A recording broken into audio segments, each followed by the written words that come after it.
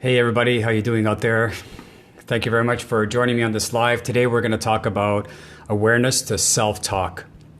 So I hope you're having a great week.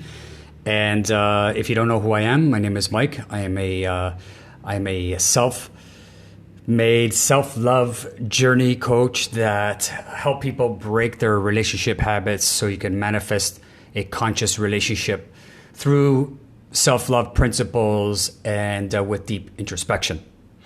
And so I always talk about the self-love journey or the journey. So really this journey is moving away and disconnecting from our conscious and unconscious survival strategies that we learned as children and growing up. And so this is really a journey about stepping into our soul's divinity. Really, it's about coming home to ourselves, to our power, and really tap into our infinite wisdom. We all have it inside of us. We just need to be able to break these patterns so this can actually support our expansion and self-actualization. So really, it's ultimately what it does for us is it helps us break patterns. It helps us break relationship patterns via all of these self-love principles and tools and deep introspection. So I hope everyone can hear me. And I think one of the fundamental things that I always talk about before getting onto any kind of transformational work is to have no guilt and no shame and no self-punishment policy. So as we're, talking about this kind of stuff, some things might come up. Some patterns that you've had come up may surface. And I think it's so easy for us to be able to self-punish and bring ourselves some shame. So I think it's super important for us to not do that. Okay, so that's so important. So, it's my Costa Rican mug. And so today we're going to talk about self-talk and why is self-talk so important. And the reason why it's not important, there are no reasons. It is so important. It's that script that we frame our lives. If we give ourselves this constant messaging and negative messaging about ourselves, we begin to develop these automatic thoughts that, that take us from a particular incident to a negative emotional reaction, right? So we think about something and then we have a negative thought about it. Of course, we're going to have a negative emotional reaction to it. So it's so important for us to be very conscious through this journey of our negative talk. And so it's also important to say that on the other side of that, if we engage in positive talk, we can begin to view the world in a very different way. Like we see it in a very different light. And we become more positive, and ultimately we feel better about ourselves. And what does that do? Because what it does is it not only makes us feel good, then we're able to bring that into our relationships. And so even though we can't really control what's around us, that's why it's so important. Because we can't control what's around us, the only thing we can control is how we react to it. And so I want to thank you for joining me. If you can hear me okay, that's awesome. That would be really great if you can just give me a heart or a thumbs up or any of that good stuff, just so I know that you can hear me fine. So so this journey really is, and if we start to really tap into our thoughts, into our negative self-talk, we can really begin to discover a lot of deep parts of ourselves.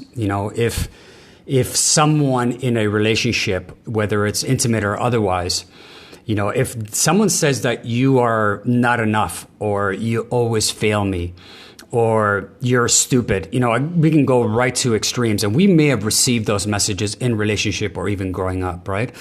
And so what happens is it leads us into self-doubt. And so somebody else's voice becomes our own.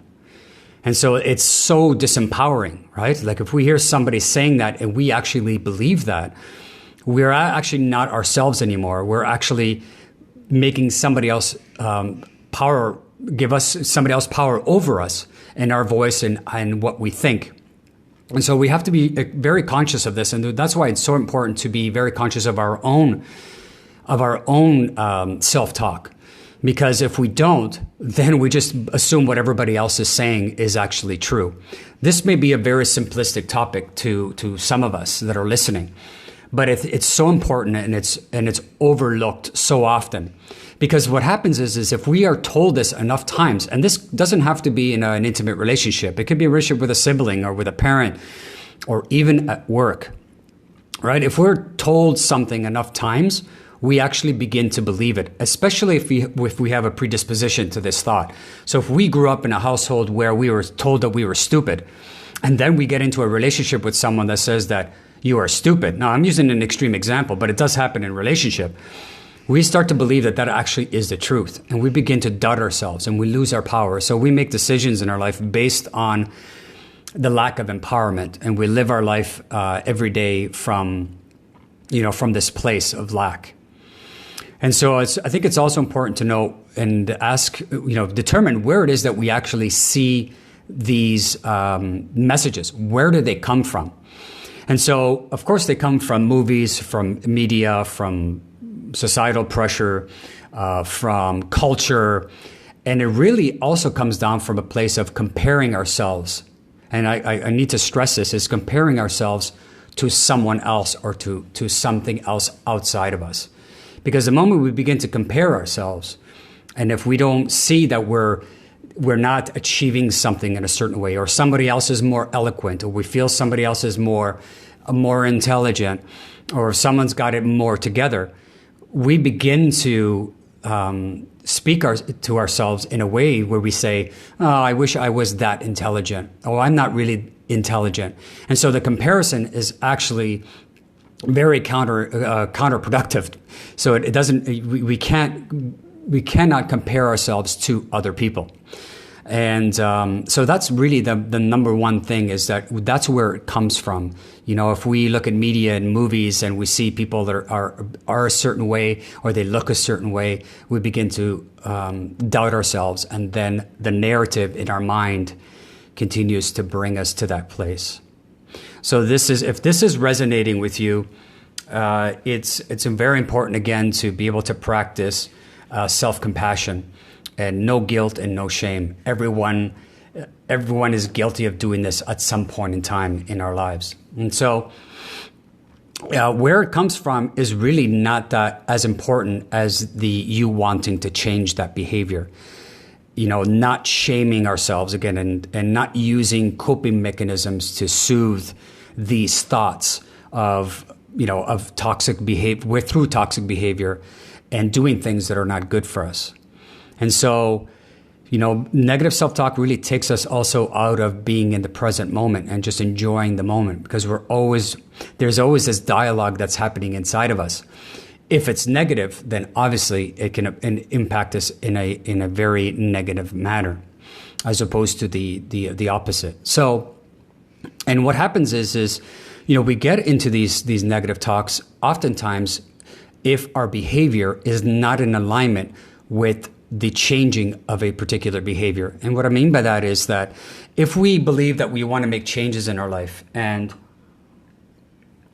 we're not achieving it, and so what happens is we begin to have this self negative talk. We start talking bad about ourselves, and we continue to have this narrative. This narrative never ends.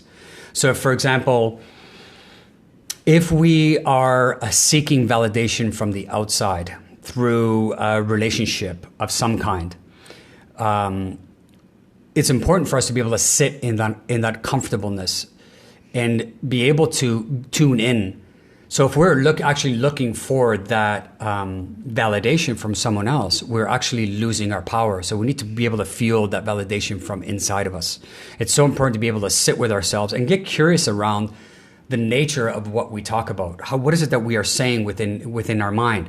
And this is where the deep work begins. This is the journey, is really going deep inside and determining what it is that you are looking that's outside of you. And this is one of the reasons why our relationships and oftentimes can be toxic. We fall into categories of codependency, which I did a video on last week, I believe.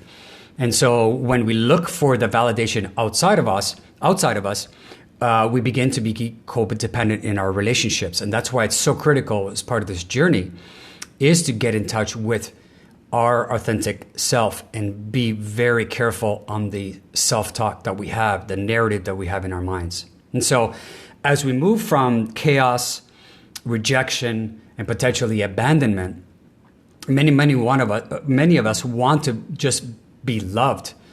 But our thoughts and our actions don't actually show love. There's no congruency with that. And so one of the requirements to receive that kind of love is to think and feel that we are worthy of love. So if you think that you're not worthy of love because of a previous pattern or a broken down relationship, if you have these thoughts that you are not lovable, then imagine meeting someone else and being in a relationship with someone else and expecting that kind of love from that person. If you don't think you're worthy of receiving that, you're going to find all the evidence possible that that person doesn't care for you and doesn't love you the way you want to be loved. And so that person may not text you back in a timely fashion. They may not act and say things that you're looking to say in relationship. And so you're going to look for evidence and say, see, I knew that's why I didn't want to be loved. Look, he doesn't even call me, or she doesn't even come and see me, and all of these stories that we create in our mind depending on your scenario. And so that's why it's so important. This work is so important. Excuse me, it's actually very hot today here in Costa Rica. It's so important for us to be able to get into that healing space and confront those parts of us. And oftentimes it's going to be very challenging. And this is where our soul meets us, because we all are worthy of that love, and we all are worthy of the self-actualization and everything that we want in life. We just need to be able to believe it. And it starts with the talk that's in our head and the way that we speak to ourselves. And, there's some very basic tools. And I think one of the biggest things for me is the tool that I use often is I'm just very alert of what my thoughts are. I'm just very alert of what I think throughout the day, and be very conscious and very careful in realizing if there are repeat thoughts. And if I was to, drop something and curse myself for dropping something I actually didn't do on purpose, and then have this negative self-talk to say, oh shit, I should have known better, or, I dropped something and damn it. And I will create this story in my mind and this thought that I shouldn't have done that. And so those little exercises really start to begin. Then they can, as we graduate through this journey, because again, it's not linear. As we graduate through this journey, we're able to walk into a room and feel comfortable. I think a lot of us get into these thoughts that we're not enough, or if we don't have enough friends, we're not lovable. And if we're too skinny, or we're too fat, and all of these stories that are just exactly that. They're just ridiculous story that ego loves to create. And your soul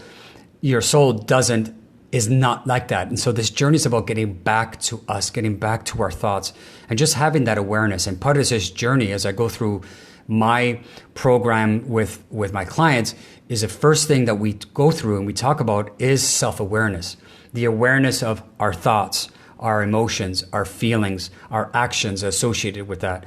And so we need to be whole most of the time within ourselves first, and so that can radiate out to the people around us, and of course in relationships as well. And growth doesn't feel good all the time.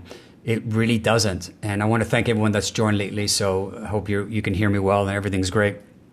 And so the self-talk is so important. It's so critical for us to be able to get to a state where we can listen to ourselves, and without judgment, and without the thought of, I shouldn't speak like this.